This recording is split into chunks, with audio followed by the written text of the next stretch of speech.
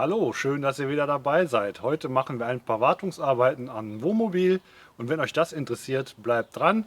Gleich geht's weiter.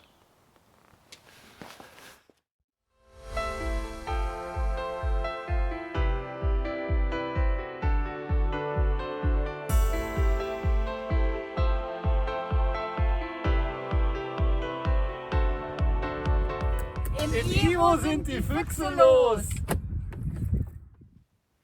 Ja, es steht der alljährliche Wartungsintervall an. Ich möchte heute das Motoröl wechseln, natürlich mit dazugehörigem Ölfilter. Wir möchten den Luftfilter wechseln von unserem Motor, den Pollenfilter wechseln, weil ich nicht weiß, wie alt der alte schon ist, der hier drin verbaut ist. Den habe ich bisher noch nicht gewechselt. Ein paar Dichtringe, alles was man braucht, um diese Arbeiten zu machen. Ich bestelle meine Ersatzteile immer bei kfz24.de. Das ist eine Internetseite, die ist wirklich sehr gut gestaltet.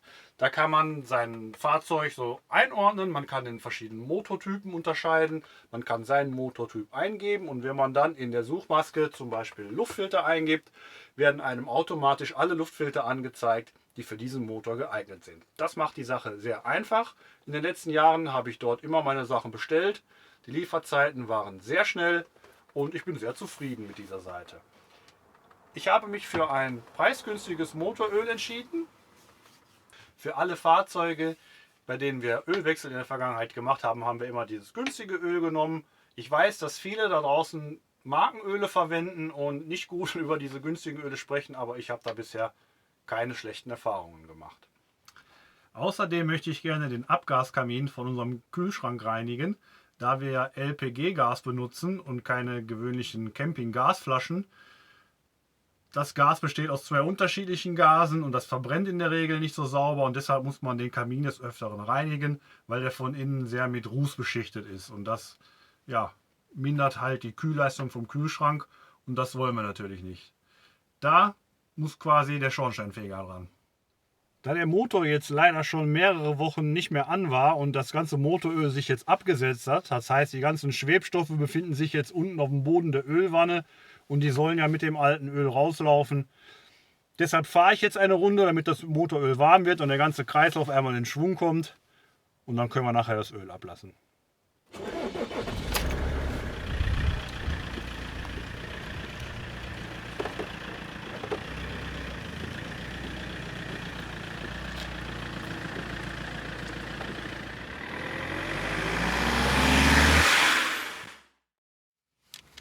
Jetzt, wo der Motor seine Betriebstemperatur erreicht hat, können wir mit dem Ölablassen anfangen.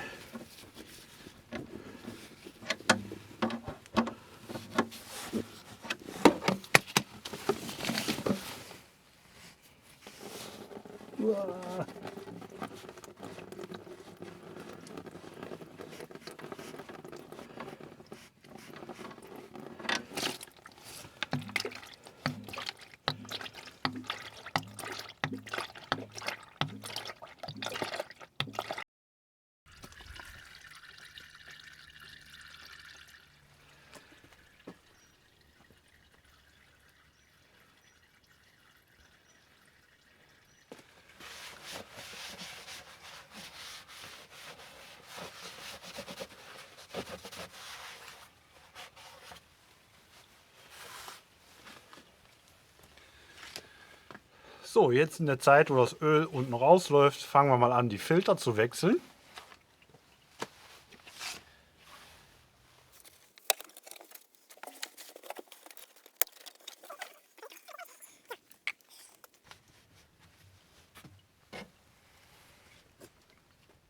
Das ist der Luftfilter vom Motor. Der sieht eigentlich noch ganz gut aus. Aber den tauschen wir auch mal aus. Warum tauscht er den aus, wenn der noch gut aussieht? Damit er ein ordentlicher drin ist, damit ich weiß, dass er sauber ist.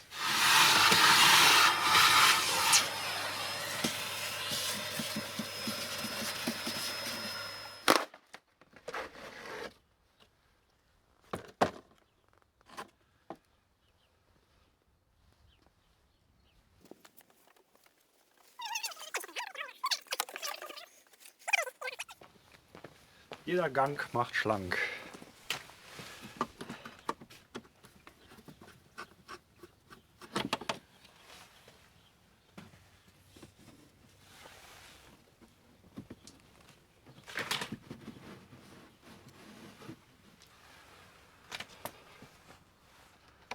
ist das schon ein riesen Unterschied, ne?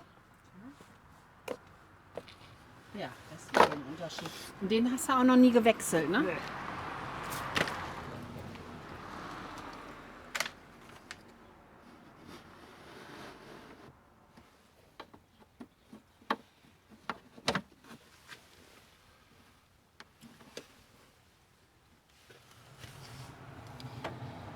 Hier drin ist jetzt der Ölfilter. Mal gucken, ob wir den von Hand aufkriegen.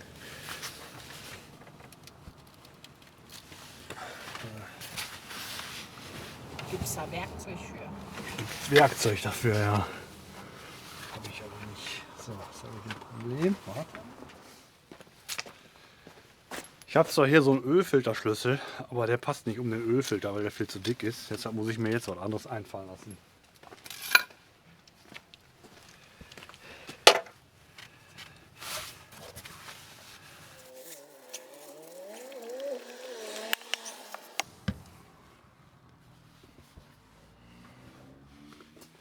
So, jetzt den neuen Filter einschrauben, ein bisschen Öl auf die Dichtung machen, damit es schön reingeht. Und den braucht man auch wirklich nur handfest anziehen. Dafür braucht man kein Werkzeug, sonst kriegt man den nachher gar nicht mehr ab. So, die Filter sind jetzt alle gewechselt. Da unten tröpfelt das Öl noch langsam vor sich hin. In dieser Zeit würde ich sagen, schauen wir uns den Kühlschrank mal etwas genauer an. Und dafür muss ich aber eine Leiter holen, weil sonst komme ich da oben nicht dran.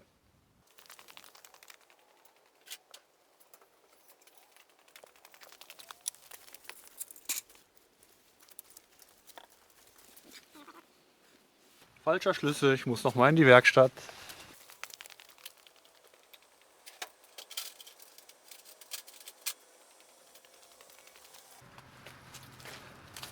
Einer von denen sollte passen.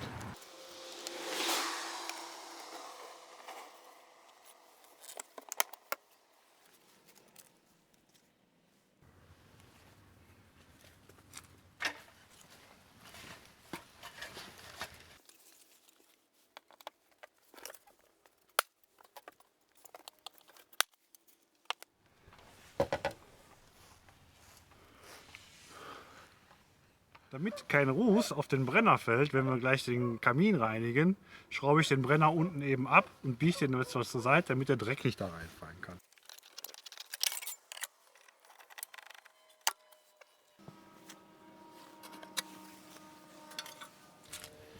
Zum Kaminreinigen benutze ich ein altes Kabel, an dem ich die Isolierung hier oben abgemacht habe und das quasi wie so eine Bürste benutzen kann. Damit kann ich jetzt in den Kamin gehen, richtig wie so ein Schornsteinfeger es macht, und den Kamin von innen fegen.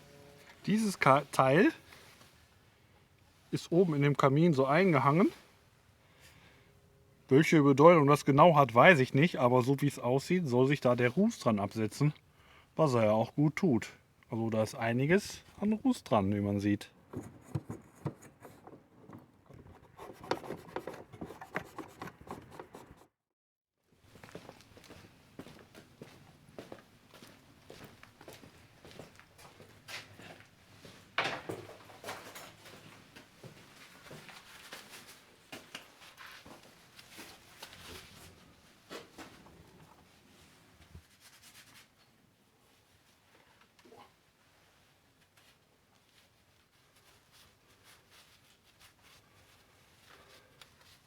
So, Teil ist sauber, können wir wieder oben in den Kamin einhängen.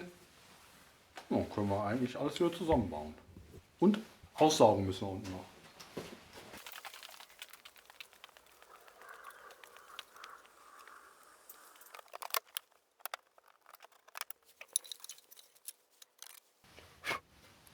Jetzt sauge ich eben mit dem Staubsauger den Ruß weg, den wir hier gerade rausgekehrt haben, und dann sind wir hier eigentlich auch schon bald fertig.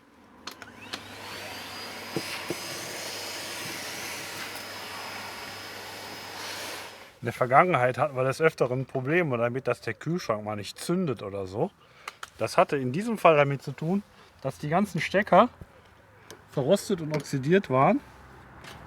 Die habe ich dann alle mal erneuert und seitdem funktioniert es einwandfrei.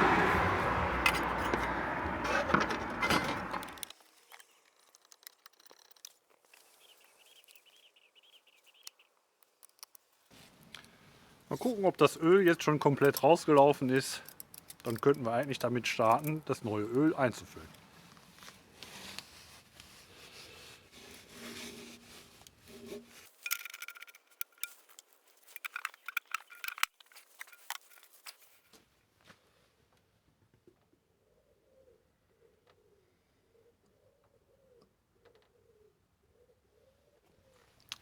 So, das war es jetzt eigentlich schon.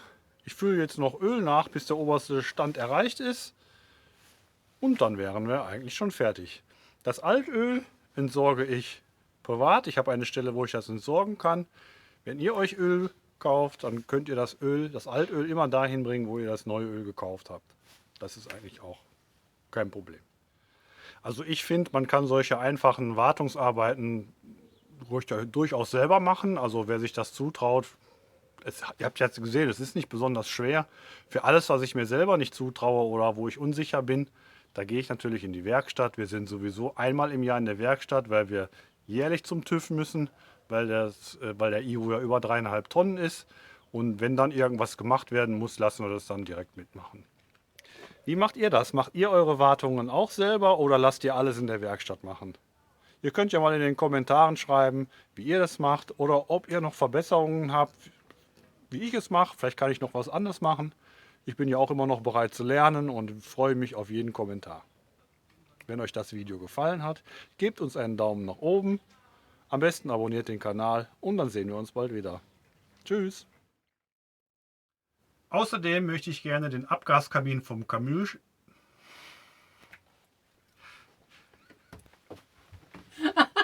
Camülschrank, ja.